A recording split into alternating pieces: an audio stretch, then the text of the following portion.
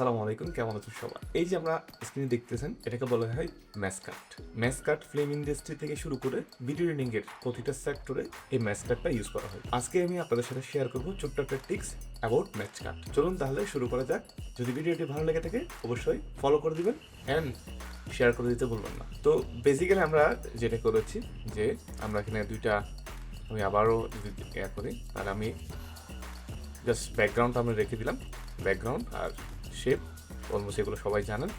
তো এই জিনিসগুলোকে আমি টোটালি অফ করে দিই।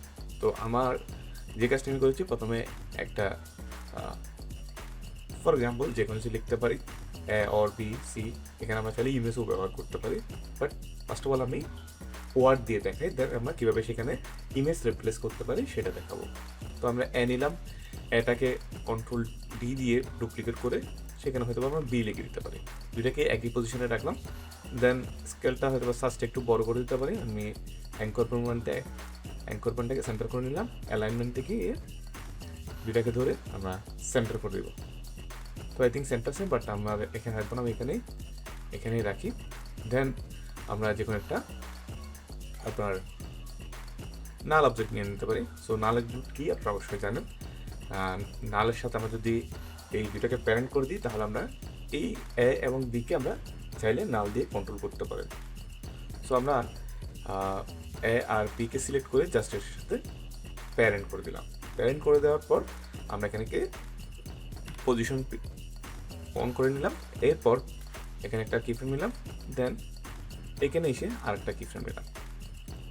তো এখন আমি এটাকে এদিকে নিয়ে যাব, জাস্ট লাইক দ্যাট। নিয়ে যাওয়ার পর নর্মালি কী হয় যে এটা ভাবে মুভ করতেছে। সো আমরা এটাকে দুইটা কি ফ্রেমকে ধরে কিবোর্ড থেকে F9 প্রেস করে ইজি করে দিব। দেন আমরা যে কাজটা করবো সেটা হচ্ছে আমাকে গ্রাফ এডিটে যেতে হবে। গ্রাফ এডিটে গিয়ে সবচেয়ে যে হাই ভ্যালু বা সেন্টার পজিশন যেটাকে বলা হয়, গ্রাফের যে সবচেয়ে হাই ভ্যালু সেখানে আমরা আমাদের টাইমলাইন ইন্ডিকেটরটাকে রাখবো। তো রাখার পর আমরা অনেক ওয়েতে এটা করতে পারি, বাট আমি প্রথমত এখানে একটা মার্কার দিয়ে রাখতে পারি অ্যাজ ইউজুয়াল আমি যেটা করি।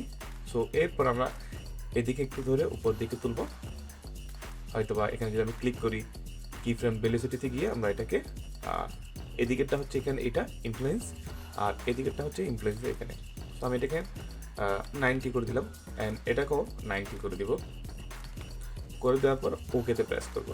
করার পর আমি এই যে কি ফ্রেম সেটাকেও ধরে আমি এদিকে এটা এনে সেন্টার পজিশনে করে দেবো, জাস্ট লাইক দ্যাট। দেন কি হয় দেখেন আসলো। দেন আমি যেটা করবো, আমি এখন গ্রাভিটির থেকে অফ করে দেবো। গ্রাভিটি এখানে গিয়ে এই জায়গাটা থেকে কন্ট্রোল শিফট ডি দিয়ে এর যে পোর্শন আছে রাইট সাইডের পোর্শনটা ডিলিট করে দিব, অ্যান্ড বি এর যে পোর্শন আছে ডি সেটার লেফট সাইডটা ডিলিট করে দেবো। দেন দেখুন অলমোস্ট আমাদের ম্যাসকাট ডান। তো আমরা চাইলে এই জিনিসটাকে ব্যবহার করে বিভিন্ন ওয়েতে ইউজ করতে পারি। তো আমরা এখন মোশন ব্লারটা যদি অন করে দিই, আর দেখুন অন করে দিলাম, হয়ে গেল আমাদের ম্যাসকাট। এই টিপসটা আপনারা অনেক জায়গায় ইউজ করতে পারেন, ইমেজের ক্ষেত্রে ইউজ করতে পারেন, তারপর হচ্ছে বেশিরভাগ ডকুমেন্টের ক্ষেত্রে আমরা ইউজ করে থাকি, আর বক্স স্টাইলের ভিডিওগুলোতে এই ম্যাসকাটটা ইউজ করা হয়।